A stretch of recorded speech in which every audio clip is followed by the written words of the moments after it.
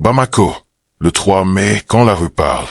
Le 3 mai 2025, Bamako s'est réveillé au son d'une colère populaire. Dans les rues de la capitale malienne, ce n'était pas une simple manifestation. Maintenant dans une dynamique de refus vraiment de l'arbitraire. Nous sommes dans une dynamique de refus de la dictature. Nous sommes dans une dynamique de refus de la pensée unique.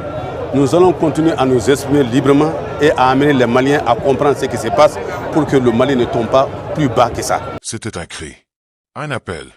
Une coalition inédite, rassemblant près de 100 partis politiques, a décidé de briser le silence. Ce jour-là, les drapeaux se sont levés, les slogans ont fusé, et la place publique est devenue le théâtre d'un peuple en quête de vérité, de changement et de démocratie. Caméra images de foule, banderoles levées. Clairement, il y a une atteinte grave aux libertés individuelles, aux libertés collectives des Maliens.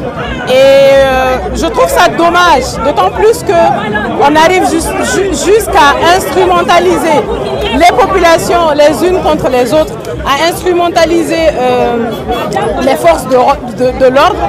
Pourtant, ce que les démocrates cherchent, c'est juste à faire un meeting pour parler entre eux. Donc je ne vois pas pourquoi est-ce qu'on doit en arriver jusque-là.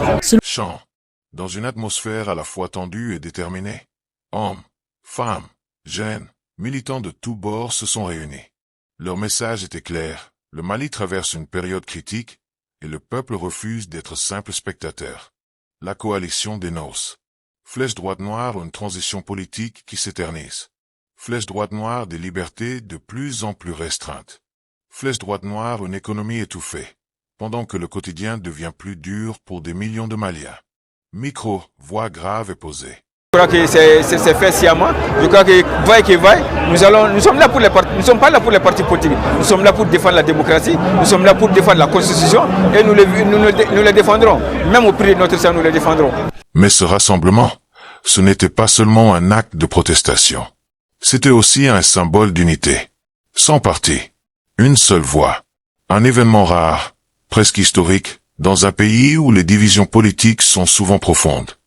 Non à cette génération de 91 qui a tant pillé des vampires qui est allé juste à collaborer avec les djihadistes pour venir piller encore le peuple malien. Nous disons non et allez-y, c'est fini. Depuis Flamme de la Paix qu'elle a délégué à Mahéreï, tout a été pillé, tout a été déformé. Fem bere tiɲɛna, fem bere ŋanamuna, fem bere nɔgɔla, fem bere halakila.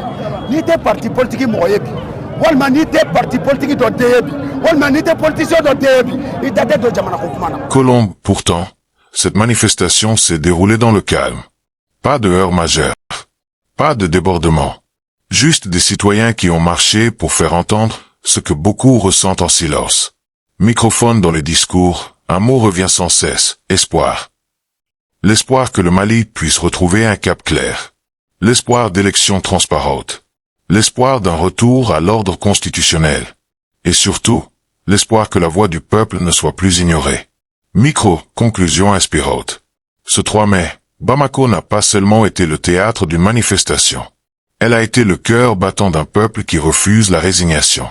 Car au Mali, quand la rue parle, c'est l'histoire qui s'écrit.